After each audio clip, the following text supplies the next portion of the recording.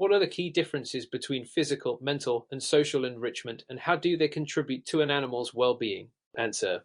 Physical enrichment involves activities or structures that allow animals to exercise, explore, and engage in natural behaviors like climbing, running, or manipulating objects.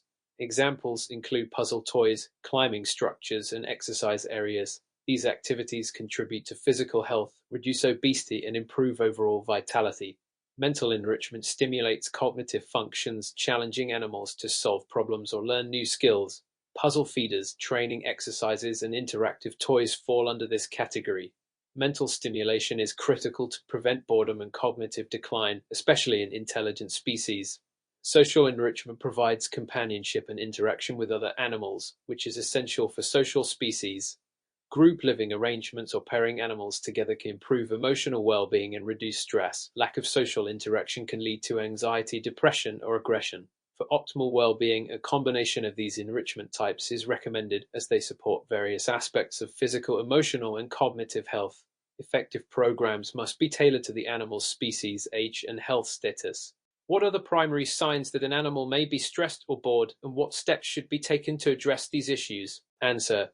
Signs of stress or boredom in animals can vary depending on the species, but typically include behaviors such as pacing, excessive grooming, lethargy, destructive actions, vocalizations, and aggression. Animals may also show physical signs such as changes in appetite, diarrhea, or increased heart rate. To address these signs, it is important to first assess the environment and ensure that it is stimulating and meets the species' needs. This might involve increasing the variety of enrichment activities, offering more social interaction, or providing more opportunities for physical exercise. For example, introducing new toys, altering the layout of enclosures, or increasing training sessions can help alleviate boredom. In some cases, a veterinarian's consultation is necessary to rule out underlying medical conditions that may be causing the stress or behavioral changes. Mr. Williams is a pet owner who has noticed that his dog, Max, has started showing signs of anxiety, such as excessive barking and chewing furniture, when left alone. Max has a large backyard but appears to lack interest in toys or his surroundings. What steps should Mr. Williams take to address Max's behavior? Answer. Mr. Williams should first conduct a thorough assessment of Max's environment and routine. It is important to determine whether Max's anxiety is caused by boredom, lack of mental stimulation, or fear of being alone. Mental enrichment. Mr. Williams should introduce toys that challenge Max's mind, such as puzzle feeders or treat dispensing toys which can distract him and keep him occupied while he is alone. Physical enrichment. Increasing Max's physical exercise through regular walks or playtime can help reduce anxiety and stress. Physical activities release endorphins, which promote calmness and relaxation. Behavioral training. Mr. Williams could consider working with a dog trainer to address separation anxiety. Companionship. If possible, introducing another pet or arranging play dates with other dogs may help Max reduce feelings of isolation. Consultation with a veterinarian. If the behavior persists, a veterinarian should be consulted to rule out any medical conditions and potentially discuss anxiety treatments such as behavioral medication.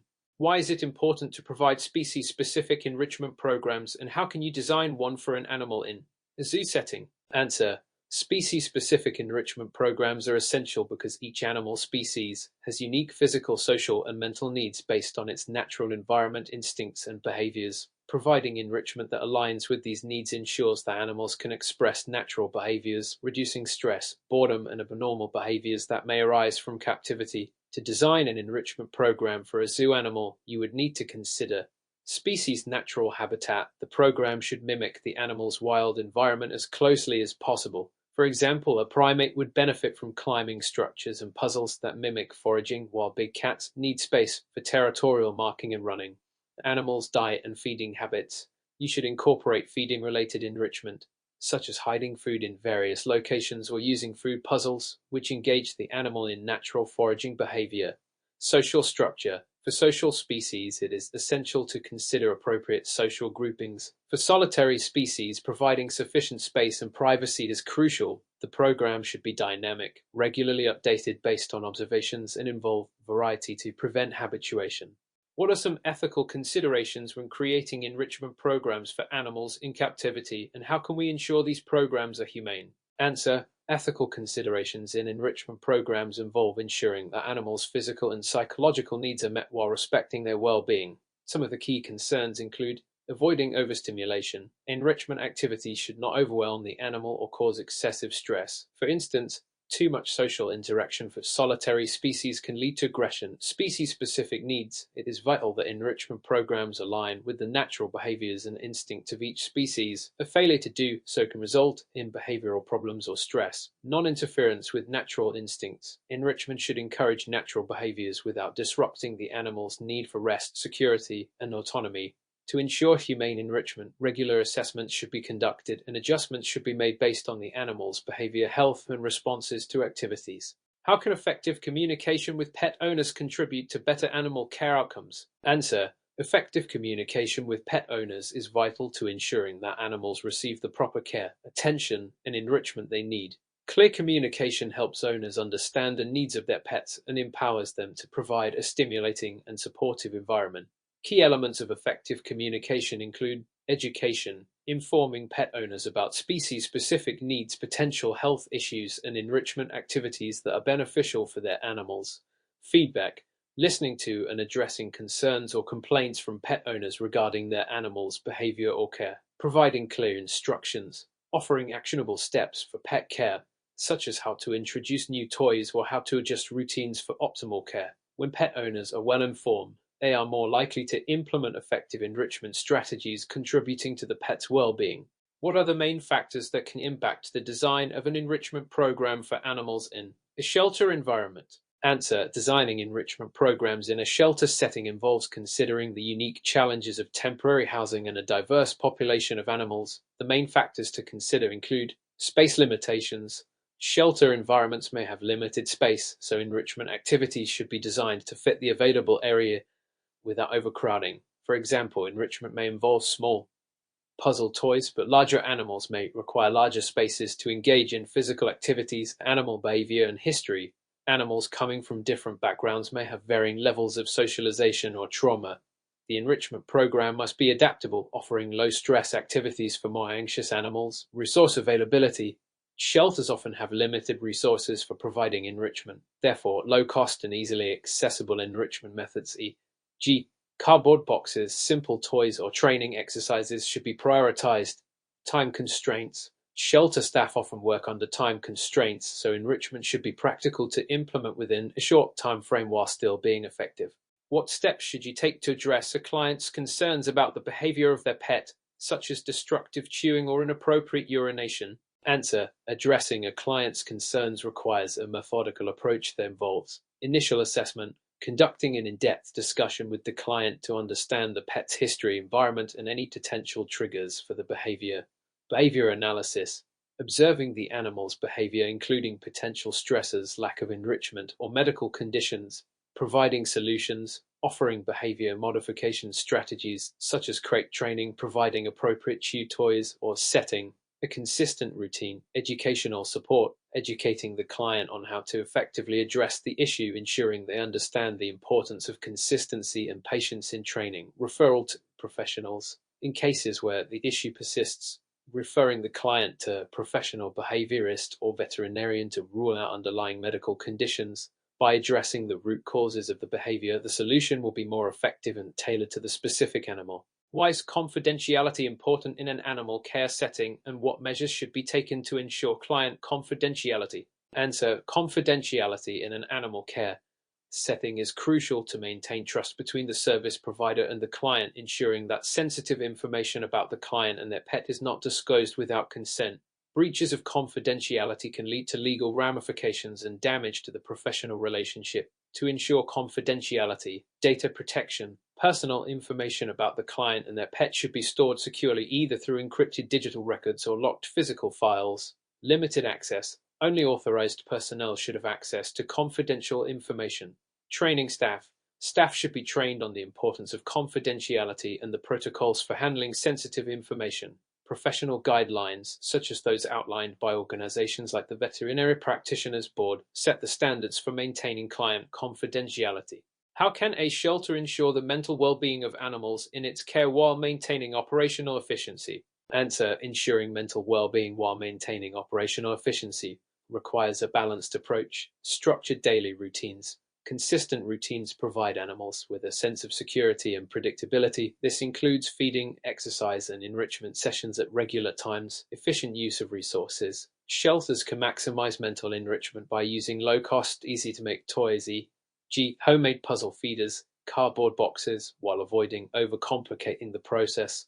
Staff training, providing staff with the knowledge and tools to implement enrichment practices quickly and effectively even during busy hours, ensures that animal well-being is not overlooked. Environmental design, designing shelter spaces that offer natural hiding spots, comfortable resting areas, and opportunities for mental stimulation can enhance animal welfare without compromising shelter efficiency. Ensuring mental well-being in an operational setting requires both creativity and resourcefulness, with a focus on creating a supportive and stimulating environment. What are the key differences between operant and classical conditioning, and how are these principles applied in animal training for behavioral modification? Answer: operant conditioning and classical conditioning are two distinct learning processes, each applied in animal training in different contexts. Classical conditioning: this involves associating a neutral stimulus with an unconditioned stimulus to produce an automatic response. This method is frequently used in socialization training. For example, using a bell to signal feeding time can condition an animal to salivate upon hearing the bell. The classical conditioning principle is critical when establishing associations, such as training an animal to associate a human's presence with positive experiences. Operant conditioning: this is based on reinforcement or punishment following a behavior. Reinforcements, positive or negative, increase the likelihood of a behavior being repeated. Positive reinforcement, e.g., giving a treat when a dog sits on command, is highly effective in modifying behavior, while negative reinforcement can involve removing an unpleasant stimulus, e.g., stopping a loud noise when a horse behaves correctly. Both methods are crucial in shaping animal behavior, with classical conditioning often used to modify emotional responses and operant conditioning for teaching specific behaviors or skills. What are the challenges faced in managing exotic and non-domestic animals in zoos, and what strategies can be implemented to address these challenges? Answer: managing exotic and non-domestic animals in zoos presents several challenges, primarily due to the unique needs of these species compared to domestic animals. Behavioral issues: exotic animals may exhibit stress or aggressive behavior due to unfamiliar environments, limited space, or lack of appropriate stimulation. To address these challenges, enrichment programs, e.g., puzzles, varied diets, and social interactions are essential to reduce stress and promote natural behaviors. Diet and health: exotic animals often have specialized diets and medical needs which require careful planning and expert veterinary care. Specialized nutritionists and veterinarians are often necessary to ensure proper care. Socialization and space: many exotic animals require vast territories or social interactions that are hard to replicate in captivity. Implementing larger enclosures with appropriate social groups or solitary spaces, depending on the species, helps manage these challenges. Legal and ethical considerations: zoos must adhere to international laws like the Convention on International Trade in Endangered Species, CITES, ensuring that species are kept responsibly and ethically. Sarah works at a zoo and notices that the lions have become more agitated and are showing signs of aggression. After consulting the staff, she learns that there has been a change in their diet and enclosure layout. What should Sarah do to address the lions' behavioral changes and ensure their well-being? Answer: Sarah should consider the following actions to address the lions' behavioral issues. Assess environmental factors. Changes to the lions' enclosure, such as layout or space, could have disrupted their territory and social dynamics. Sarah should observe the lions closely to identify specific stressors. She may need to revert to the previous layout or provide a more naturalistic environment to allow the lions to feel secure. Review dietary changes. Sudden changes in diet can cause discomfort or digestive issues leading to stress. Sarah should consult with a nutritionist or veterinarian to ensure that the new diet is appropriate for the lion's health needs. It may be necessary to gradually introduce changes to avoid upsetting their digestive systems. Behavioral enrichment. If the lions are shown aggression due to boredom or lack of stimulation, Sarah should implement enrichment activities such as puzzle feeders, climbing structures, and varied scents. This will help reduce stress and encourage natural behaviors. Consult with experts. Sarah should work with animal behaviorists to identify any behavioral problems and develop a tailored training plan using positive reinforcement to encourage calm behaviors. How does positive reinforcement differ from negative reinforcement in animal training, and in what situations should each method be applied? Answer: positive reinforcement and negative reinforcement are both tools in operant conditioning, but they operate based on different principles. Positive reinforcement: This involves providing a desirable stimulus, e.g., treats, praise, following a behavior to increase the likelihood of that behavior occurring again. For example, rewarding a dog for sitting on command encourages the dog to repeat the action. This method is effective for teaching desired behaviors because it encourages animals to associate good behavior with positive outcomes, negative reinforcement. This involves removing an unpleasant stimulus after the desired behavior is performed, making it more likely that the behavior will be repeated. For instance, stopping a loud noise when a horse begins to trot correctly. It's important to note that negative reinforcement is not punishment. Instead, it removes a negative condition once the behavior is performed. Both methods have their place. Positive reinforcement is generally preferred in animal training for encouraging desired behaviors, while negative reinforcement can be used when trying to eliminate unwanted behaviors by removing discomfort after a correct response. What are the main differences in the approach to animal management in zoos compared to farm environments, and what considerations must be made for each? Answer: the primary differences between animal management in zoos and farming environments arise from the objectives and the type of care required for each. Objectives: zoos aim to educate the public, conserve species, and conduct research, while farms focus on producing animals for food, wool, and other products. As such, zoos need to prioritize the welfare of exotic animals and species conservation, while farms focus on maximizing production and efficiency. The animal needs. In zoos, animals may have specialized dietary and behavioral needs, as many are exotic or endangered species. Zookeepers focus on enrichment, natural habitat replication, and species preservation. In contrast, farm animals are typically domesticated and may require less enrichment, but proper care for health and welfare, including nutrition and breeding, is critical for productivity, space, and environment. Zoos often have large enclosures with naturalistic settings for animals, whereas farm environments are often more confined, though modern practices encourage larger spaces and free-range systems. For both, ensuring adequate space, hygiene, and veterinary care is essential. How can socialization play a crucial role in preventing behavioral problems in animals, and what techniques should be used to promote effective socialization? Answer: socialization is key to preventing behavioral issues, as it helps animals become accustomed to various stimuli, including people, other animals, and different environments. Proper socialization leads to well-adjusted animals, reducing the likelihood of fear-based or aggressive behaviors. Techniques for effective socialization: positive exposure. Introduce animals to a variety of environments, people and animals, in a calm and controlled manner. Positive reinforcement, e.g., treats, praise, should be used to reward calm behavior during exposure. Gradual introduction. For species that may be fearful or aggressive, gradually exposing them to new experiences or environments is essential. Over time, the animal learns that new situations are not threatening. Social groupings. In species that live in groups, e.g., dogs, horses, proper socialization should include interactions with other members of the same species to prevent isolation-induced stress and aggression. By focusing on gradual and positive experiences, socialization prevents future behavioral problems such as anxiety or aggression. What are the key principles behind sustainable farming practices, and how do these principles contribute to the welfare of both animals and the environment? Answer: sustainable farming practices are designed to ensure that farming activities are environmentally responsible, economically viable, and socially just. The key principles include animal welfare. Sustainable farming emphasizes humane treatment of animals, including proper space, diet, and care. It discourages factory farming practices that may lead to poor animal welfare and instead encourages free-range systems, rotational grazing, and improved living conditions. Environmental stewardship. Sustainable farming focuses on minimizing environmental impacts through practices like crop rotation, reduced pesticide use, and soil conservation. These practices prevent overfarming and land degradation, ensuring that future generations can continue farming sustainably.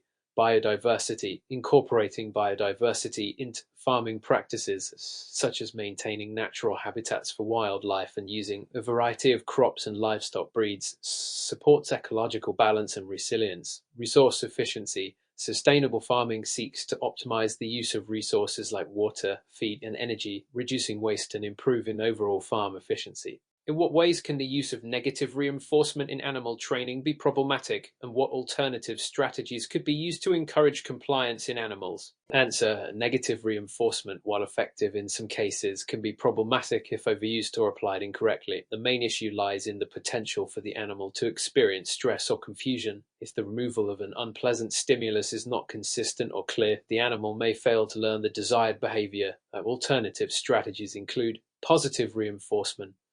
Focusing on rewarding correct behaviors rather than punishing unwanted ones leads to a more positive training experience. This method is widely considered more humane and is less likely to result in stress or fear-based reactions. Redirecting behavior. Instead of focusing on eliminating negative behaviors, trainers can redirect the animal's energy toward a positive activity, rewarding the desired outcome. Desensitization and counter-conditioning. These methods involve gradually exposing an animal to a feared or problematic stimulus in a controlled way, reducing its negative reaction over time and replacing it with a more positive response. By utilizing these alternatives, trainers can achieve desired behaviors without the risks associated with negative reinforcement. How can livestock handling techniques impact both animal welfare and productivity on a farm? Answer: proper livestock handling techniques are essential for both animal welfare and productivity. When animals are handled gently and respectfully, it reduces stress and promotes better health, leading to increased productivity. Key practices include gentle handling. Stress from rough handling can lead to injuries and health problems which affect productivity. Calm, consistent handling techniques reduce fear and improve the overall welfare of the animals. Training and socialization. Properly trained farm workers who understand animal behavior can better handle livestock, ensuring safety and reducing stress. Well-socialized animals are also easier to manage and more productive. Facilities and equipment. Proper facilities that allow easy handling, like non-slip flooring and low-stress chutes, improve the safety and efficiency of handling livestock while maintaining their health. By improving handling techniques, farms could achieve better welfare outcomes for animals and enhance overall productivity. What are the ethical considerations when training animals using aversive techniques, and how can trainers ensure that they maintain ethical standards in animal training? Answer: aversive training techniques, e.g., using shock collars or harsh punishment, can cause physical or emotional harm to animals, raising significant ethical concerns. These methods can lead to fear, anxiety, and aggression in animals, which undermines the goals of training. Trainers should ensure ethical standards by minimizing stress and harm. Trainers should focus on positive reinforcement and reward-based methods that encourage voluntary compliance without causing fear or pain. Transparency and consent. Animals should not be forced into training situations that cause distress. Trainers should assess an animal's comfort and willingness to participate in training. Following ethical guidelines. Trainers should follow industry guidelines like the Code of Ethical Conduct established by animal behavior organizations, ensuring that their methods align with accepted standards for humane treatment. By adhering to these ethical standards, trainers can ensure that animal welfare is prioritized throughout the training process. What ethical considerations should be taken into account when using animals in scientific research, and how do these considerations influence the regulatory guidelines in animal testing? Answer: ethical considerations in animal research focus on minimizing harm, ensuring necessity, and justifying the use of animals based on potential benefits. Central to these considerations is the 3 principle: replacement, using non-animal methods whenever possible; reduction, minimizing the number of animals used without compromising results; and refinement, enhancing animal welfare by minimizing pain and distress. These principles are embedded in regulatory guidelines globally. For instance, Australia's National Health and Medical Research Council (MRC) code requires researchers to justify their methods through animal ethics committees. Similar frameworks exist internationally, such as the Animal Welfare Act (AWAT) in the US, which mandates humane treatment of research animals. Researchers must ensure proper housing, minimize invasive procedures, and prioritize humane endpoints. Ethics committees review experimental protocols to confirm that alternatives to animal testing have been explored and that animal suffering is minimized. Failure to follow these guidelines can result in penalties, loss of funding, or legal repercussions. These regulatory frameworks ensure ethical accountability, promoting advances in research while safeguarding animal welfare. In the context of animal research, what are the key regulations that govern the humane euthanasia of animals, and what methods are generally considered acceptable by these regulations? Answer: humane euthanasia ensures that animals experience a painless and stress-free death, guided by ethical and legal standards. Regulations like the NHMRC code and the AWA emphasize that euthanasia methods should be species appropriate, performed by trained professionals, and aim to minimize suffering. Acceptable methods vary by species, but typically include an overdose of anesthetic agents, e.g., barbiturates, physical methods like cervical dislocation for small animals, or carbon dioxide co-inhalation for rodents. In Australia, the NHMRC requires that euthanasia procedures be reviewed and approved by animal ethics committees, ensuring alignment with welfare standards. The process must consider the animal's size, health, and stress levels. For instance, barbiturate overdoses are recommended for larger animals, while rapid physical methods may be appropriate for smaller ones if performed by skilled personnel. Guidelines also mandate post-mortem confirmation of death to prevent unnecessary suffering. Facilities failing to adhere to these regulations can face severe consequences, including fines and research suspensions. Mr. Edwards works in an animal research facility where several experiments are being conducted on rabbits to test a new pharmaceutical product. During one of the experiments, one of the rabbits exhibits signs of severe distress. What should Mr. Edwards do in this situation, and how do ethical guidelines impact his decision-making? Answer: in this scenario, Mr. Edwards must prioritize the rabbit's welfare in line with ethical guidelines like the THRIS and the NHMRC code. His first action should be to halt the experiment to assess the rabbit's condition. Signs of severe distress, such as labored breathing, vocalization, or immobility, necessitate immediate intervention.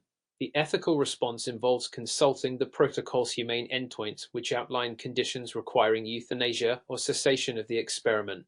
If distress is reversible, the rabbit should receive veterinary care, including pain relief or adjustments to housing. Should the distress be severe and irreversible, euthanasia must be performed humanely as approved in the research protocol.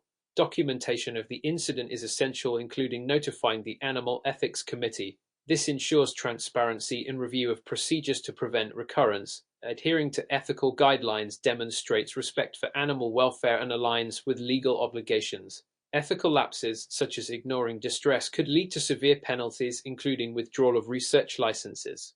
What are the main ethical issues surrounding the use of animals in medical testing, and how can the application of alternative methods, such as in vitro testing, help address these concerns? Answer: key ethical issues in animal testing include the pain and distress caused to animals, questions about the necessity of their use, and the scientific validity of animal models for human conditions. These issues often lead to debates about the morality of animal testing. To address these concerns, the adoption of alternative methods is critical. Techniques like in vitro testing, using cell cultures, computer simulations, and organ-on-a-chip technologies provide human-relevant data without involving animals. These alternatives align with the ethical principle of replacement in the THRIS framework. Regulatory bodies, such as the FDA and the NHMRC, actively encourage the use of validated non-animal methods. For example, advancements in organoid research replicate human tissue behavior, reducing reliance on animal models. However, alternatives are not universally applicable for complex systemic interactions, meaning ethical considerations and animal welfare laws remain essential. By investing in alternative methods, researchers can reduce ethical conflicts, enhance public trust, and comply with evolving regulatory standards. This also ensures that medical testing progresses responsibly while striving to eliminate unnecessary harm to animals. Mrs. Harris works in an animal shelter that has recently been struck by a natural disaster. Several animals are displaced and injured, and the shelter is overwhelmed with the volume of animals needing care.